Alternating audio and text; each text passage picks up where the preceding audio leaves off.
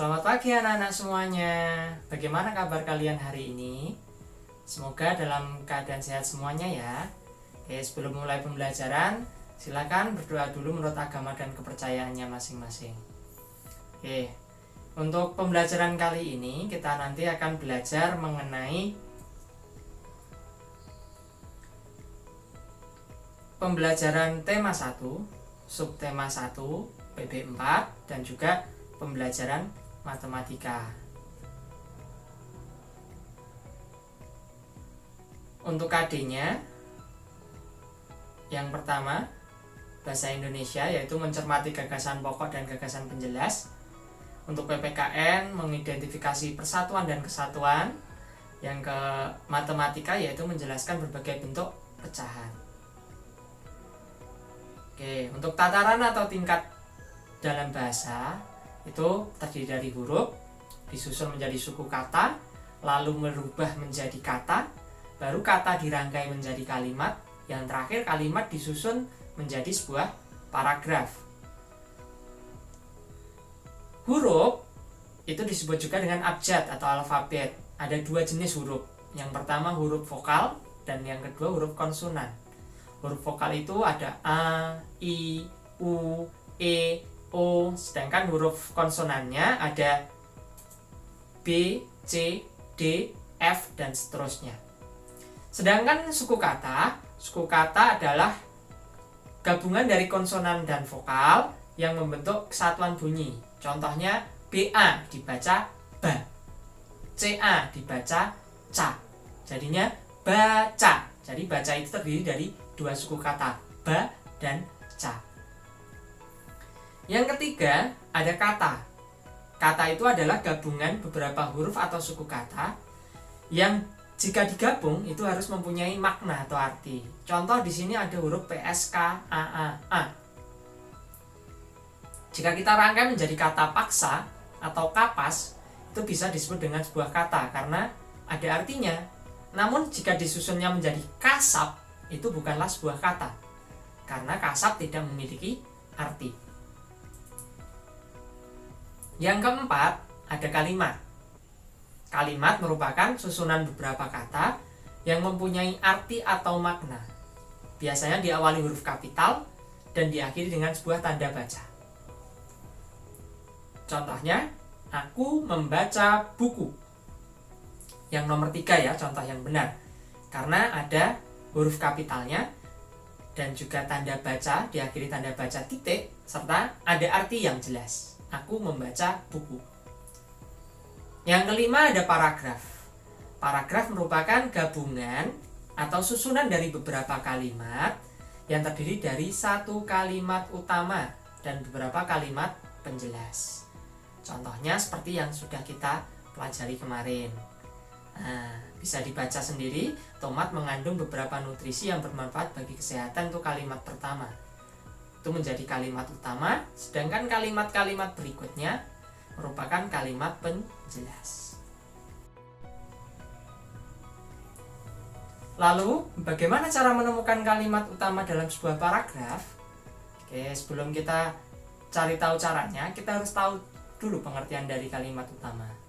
Kalimat utama merupakan gagasan pokok atau ide pokok yang menjadi dasar sebuah paragraf.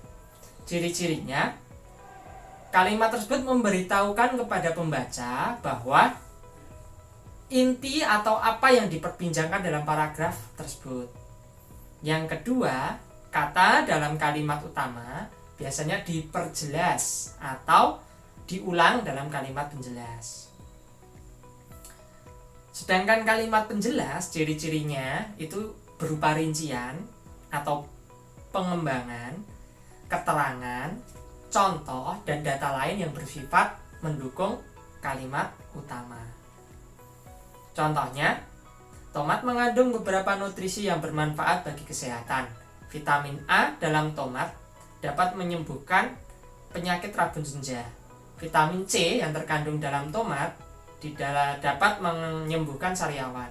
Sementara itu seratnya dapat menyembuhkan sembelit.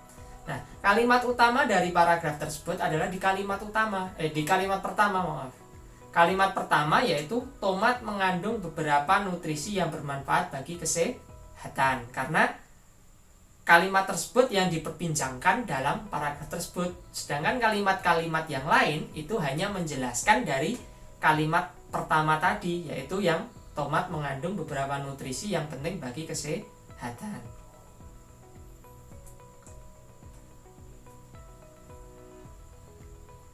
Lalu dalam pembelajaran SD, dalam menentukan kalimat utama itu dari letaknya terdiri dari dua biasanya.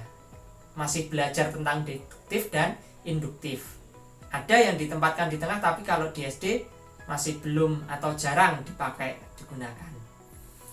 Nah, ada dua letak kalimat utama yang umum dalam pembelajaran SD. Yang pertama deduktif, yang kedua induktif. Deduktif itu yang letak kalimat utamanya di awal paragraf atau kalimat pertama. Sementara induktif itu di kalimat terakhir. Yang di awal paragraf itu biasanya lalat memiliki contoh lalat memiliki beberapa bagian tubuh. Pada bagian tubuh kepala lalat terdapat mulut yang berbelalai.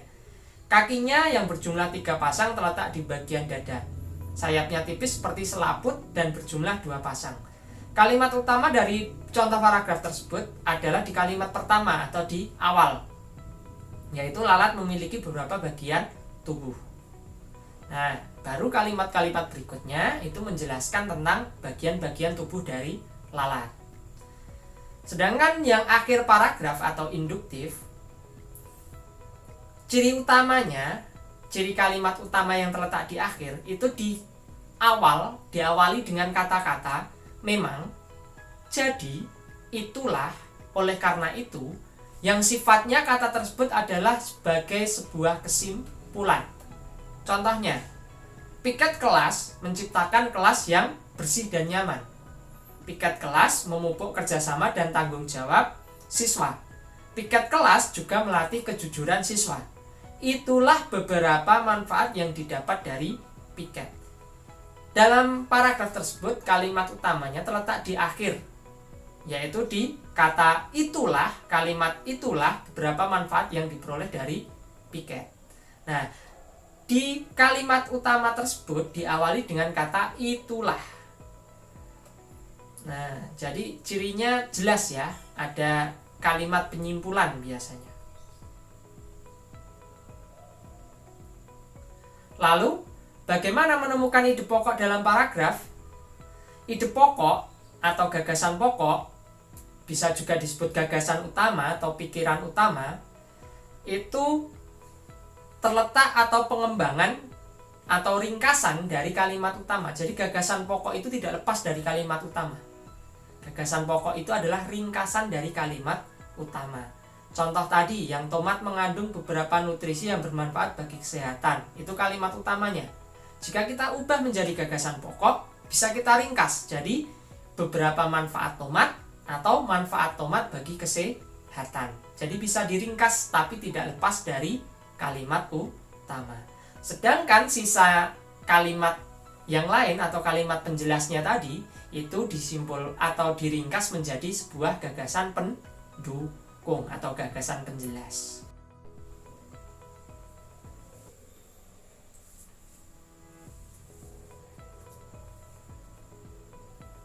Nah, sekarang kita lanjutkan. Setelah kita menemukan kalimat utama, gagasan pokok, lalu bagaimana kalau kita ubah gagasan pokok dan gagasan penjelas tersebut menjadi peta pikiran?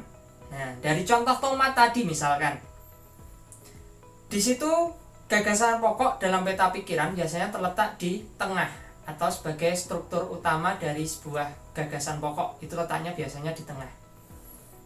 Nah, kalimat utamanya gagasan pokok tadi kita masukkan di manfaat tomat bagi kesehatan. Nah, kita masukkan gagasan pokoknya di kolom gagasan pokok. Lanjut, gagasan pendukungnya. Gagasan pendukungnya ada 3. Yang pertama, manfaat vitamin A tomat. Lanjut, gagasan pendukung yang kedua, manfaat vitamin C tomat. Lanjut, gagasan pendukung yang terakhir yaitu manfaat serat dari tomat. Nah, sudah sesuai semuanya, maka sudah jadi peta pokok pikiran atau peta pikiran mengenai gagasan pokok dan gagasan pendukung. Nah, sekarang coba kalian mencoba berlatih. Nah, di sini ada Tari Kipas Pakarena, atau bisa kalian buka di buku paket halaman 51 dan 52. Nanti buatlah peta pikiran mengenai gagasan pokok dan gagasan pendukung masing-masing paragraf. Di situ ada 3 paragraf, berarti kalian membuat 3 peta pikiran mengenai gagasan pokok dan gagasan pendukung. Contohnya seperti ini. Nah, paragraf pertama ini untuk paragraf kedua, lalu yang selanjutnya untuk paragraf ketiga. Oke, setelah kalian selesai, lanjutkan, mari kita membaca dulu. Oke, silahkan dibaca. Siap menghadapi musim hujan. Musim hujan hampir tiba. Warga desa Kampung Babakan berdiskusi untuk melakukan kerja bakti. Mereka berencana membersihkan selokan. Mereka sepakat, ketika selokan bersih, warga tidak akan kebanjiran. Pagi itu, semua warga terlihat sangat bersemangat membersihkan selokan. Pak Semi dan Pak Udin sibuk mengambil sampah yang ada di dalam selokan. Pak Made dan Pak Udin memastikan saluran selokan lancar. Pak Nur mengambil sampah-sampah dan meletakkannya di gerobak sampah. Setelah acara kerja bakti selesai, warga berkumpul untuk menikmati teh hangat dan pisang goreng. Makanan tersebut dimasak oleh warga ibu-ibu. Mereka senang karena selokan desa sudah bersih. Kini mereka siap menghadapi musim hujan. Oke, dari cerita tersebut tadi disebutkan bahwa ada kerja bakti desa, yaitu membersihkan selokan Kampung Babakan. Nah, seperti yang kalian tahu, kerja bakti merupakan salah satu wujud kerjasama yang melambangkan persatuan dan kesatuan di wilayah kita. Sesuai dengan sila ketiga Pancasila, yaitu Persatuan Indonesia. Nah, lambang dari Persatuan Indonesia itu adalah pohon beringin. Nah, dari cerita tadi coba kalian analisis atau kalian cermati, kira-kira manfaatnya apa ya yang diperoleh dari kerja bakti atau kerjasama itu? Yang pertama, pekerjaan yang berat akan terasa menjadi lebih ringan. Yang kedua, tercipta kerukunan. Yang ketiga, mempererat hubungan kekeluargaan. Yang keempat, tercipta kerukunan. Yang kelima, menghemat waktu. Nah, sekarang kita lanjutkan mengenai bentuk-bentuk atau contoh-contoh kerjasama di lingkungan sekitar kita. Nah, contohnya ini kerjasama di lingkungan sekolah. Di situ ada gambar membersihkan halaman sekolah, kerjasama membersihkan halaman sekolah, lalu belajar kelompok, lalu ada menyirami tanaman bersama, lalu yang terakhir ada gambar sedang melaksanakan tugas piket. Itu contoh bentuk kerjasama di lingkungan sekolah. Lalu kerjasama di lingkungan rumah, apalagi contohnya? Itu ada kerja bakti membersihkan rumah, ada membantu ibu memasak di dapur, ada pula membantu merawat tanaman yang ada di taman. Sedangkan kerjasama di lingkungan masyarakat contohnya ada ronda atau siskamling, ada kerja bakti lingkungan membersihkan selokan, ada gotong royong membangun rumah, dan juga masih banyak bentuk kerjasama lain yang bisa kalian amati di lingkungan sekitar kalian. Nah, untuk bentuk kerjasama nanti akan Bapak evaluasi atau Pak Guru beli latihan soal di kuisis ya. Nanti coba kalian kerjakan setelah selesai materi yang Pak Guru berikan. Oke, selanjutnya kita membahas tentang pecahan. Nah, seperti yang sudah kalian pelajari kemarin, kalian sudah belajar mengenai arti pecahan dan juga pecahan senilai. Kita lanjutkan sekarang adalah ada macam-macam pecahan. Pecahan itu dibagi menjadi 4 yang kita pelajari di kelas 4 ini. Yang pertama pecahan biasa, kedua pecahan campuran, 3 pecahan persen, yang keempat pecahan desimal. Namun pada kesempatan kali ini kita bahas 2 dulu, yaitu pecahan biasa dan pecahan campuran.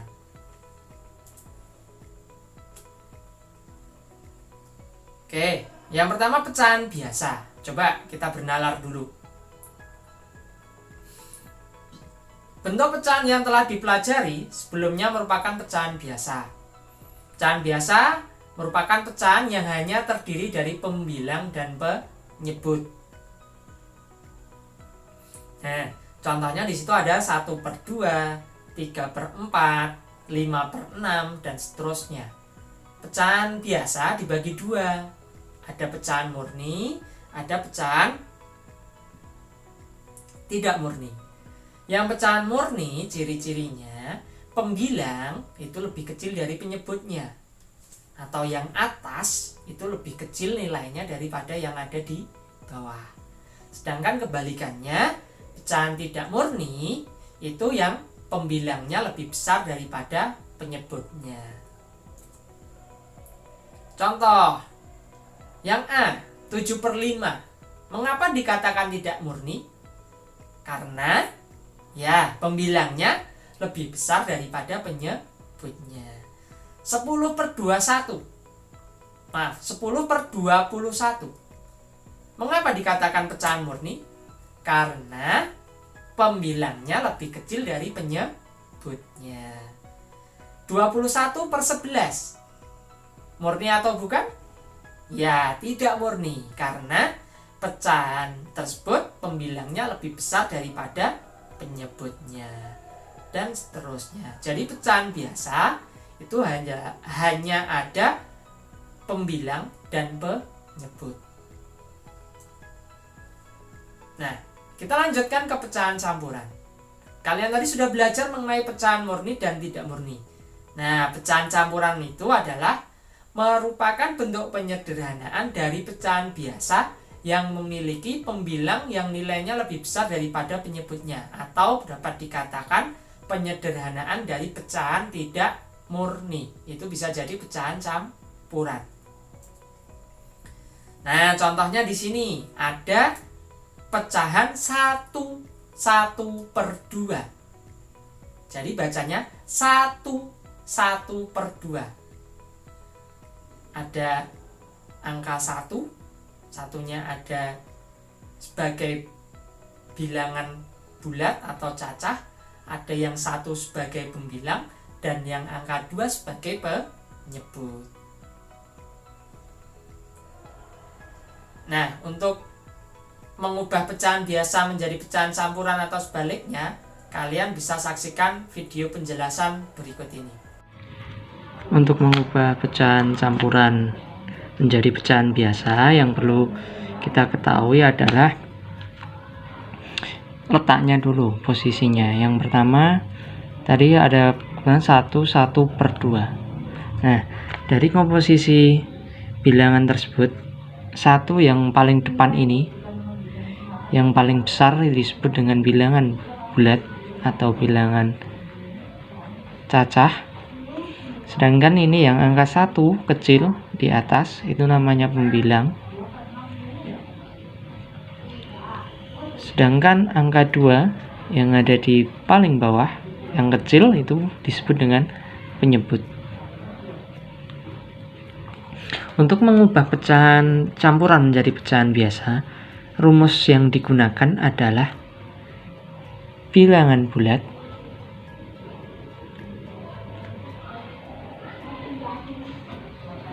dikalikan dengan penyebut ditambah dengan pembilang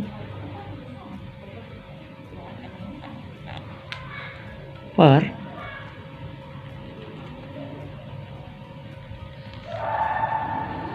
penyebut.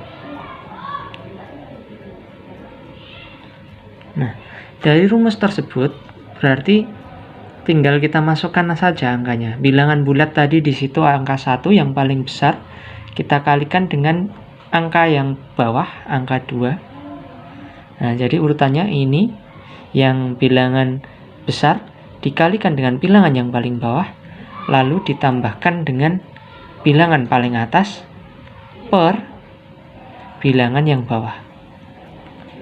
Nah, jika dihasilkan 1 kali 2 sama dengan 2, lalu ditambahkan 1 per 2. 2 tambah 1 sama dengan 3 per 2. Jadi 1 per 2 jika diubah menjadi pecahan biasa, itu jawabannya adalah 3 per 2. Seperti itu cara mengubah pecahan biasa, pecahan campuran menjadi pecahan biasa. Sebaliknya, jika mengubah pecahan biasa menjadi pecahan campuran, syaratnya yang pertama, bagaimana sebuah pecahan biasa bisa diubah menjadi pecahan campuran? Syaratnya yang satu, dan itu harus mutlak dipenuhi, adalah pembilang harus lebih besar daripada penyebutnya. Oke, harus lebih besar dari penyebut. Nilai pembilangnya harus lebih besar dari penyebut. Jika nilainya lebih kecil, itu dinamakan pecahan murni, jadi tidak bisa dijadikan pecahan campuran.